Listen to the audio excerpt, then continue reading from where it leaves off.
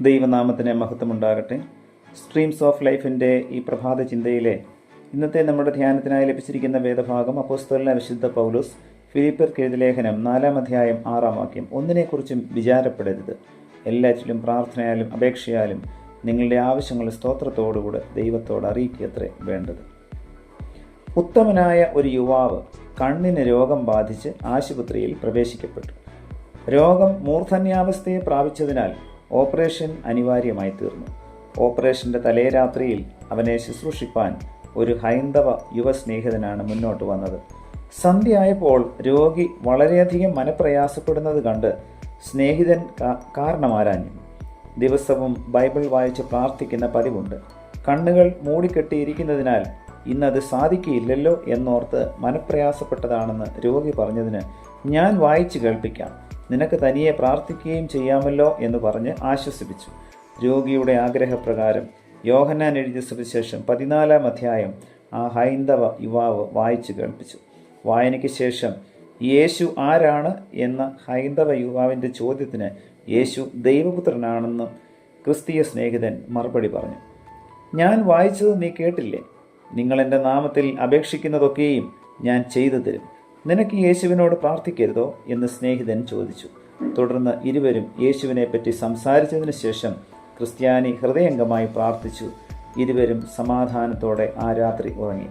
ഓപ്പറേഷന് എല്ലാ കാര്യങ്ങളും സജ്ജീകരിച്ചതിനു ശേഷം രോഗിയുടെ കണ്ണുകൾ പരിശോധിച്ചപ്പോൾ അത്ഭുതാതീതനായി, നിങ്ങൾ കണ്ണിന് എന്ത് ചികിത്സ ചെയ്തു എന്ന ഡോക്ടറുടെ ചോദ്യത്തിന് ഒന്നും ചെയ്തില്ല എന്ന് രോഗി മറുപടി പറഞ്ഞു. ഡോക്ടർ, നിങ്ങളുടെ കണ്ണുകൾ പൂർണ്ണ സുഖമായിട്ടുണ്ട്, എന്തെങ്കിലും ചെയ്യാതെ രോഗം ഭേദമാകില്ലല്ലോ. ഹൈന്ദവ സ്നേഹിതൻ ഇങ്ങനെ പറഞ്ഞു, ഞങ്ങൾ യേശുവിനോട് ഇന്നലെ രാത്രി പ്രാർത്ഥിക്കുക മാത്രമേ ചെയ്തിട്ടുള്ളൂ. ഡോക്ടർ അപ്പോൾ പറഞ്ഞു, എന്തായാലും ഇനി ഓപ്പറേഷൻ ആവശ്യമില്ല, നിങ്ങൾ 4 ദിവസം ഇവിടെ താമസിക്കുക, ആവശ്യമായി വന്നാൽ ഓപ്പറേഷൻ ചെയ്യാം. ഡോക്ടറുടെ നിർദ്ദേശപ്രകാരം 4 ദിവസം കൂടെ അവർ അവിടെ പാർത്തു. യാതൊരു ചികിത്സയും ചെയ്യേണ്ടി വന്നില്ല. ഇരുവരും മഹാസന്തോഷത്തോടെ അവരവരുടെ പാർപ്പിടങ്ങളിലേക്ക് പോയി. തുടർന്ന് ഹൈന്ദവ യുവാവ് കർത്താവായ യേശുവിൽ വിശ്വസിച്ചു. കർത്താവിനെ അവൻ രക്ഷകനായി സ്വീകരിച്ചു. ഈ ചെറുപ്പക്കാരൻ മറ്റാരുമല്ല, ബില്ലി ഗ്രഹാം ക്രൂസേഡിലും മറ്റും സജീവമായി പ്രവർത്തിച്ച പ്രശസ്തനും ഭക്തനുമായ ബിഷപ്പ് ചന്തുറൈ ആണ്. ഒരു പിതാവിനോട് നമ്മുടെ ആവശ്യങ്ങൾ പറയുന്നത് പോലെ പ്രാർത്ഥനയിൽ കൂടെ നമ്മുടെ ആവശ്യങ്ങൾ നമുക്കും കർത്താവിനോട് പറയാം. പ്രിയമുള്ളവരെ, ആക്ഷരികമായ അനുഗ്രഹങ്ങൾ തന്നെ അവൻ നമ്മുടെ പ്രാർത്ഥനയിലൂടെ നമുക്കും നൽകിത്തരും. ഈ വചനങ്ങളാൽ ദൈവം നമ്മെ ഏവരെയും അനുഗ്രഹിക്കട്ടെ. പ്രാർത്ഥിക്കാം. പ്രിയ കർത്താവേ, ഞങ്ങൾക്ക് നൽകിയ നല്ല വചനത്തിനായി നന്ദിയോടെ സ്തോത്രം. സമയഭേദമെന്നെ തിരുമുഖത്തേക്ക് നോക്കുവാനും അബാ പിതാവേ എന്ന് വിളിപ്പാനും ഞങ്ങളുടെ ആവശ്യങ്ങൾ സ്തോത്രത്തോടുകൂടെ ദൈവസന്നിധിയിൽ പകരുവാനും ഞങ്ങൾക്ക് തന്നിരിക്കുന്ന വലിയ മുഖാന്തരത്തിനായി നന്ദിയോടെ സ്തോത്രം.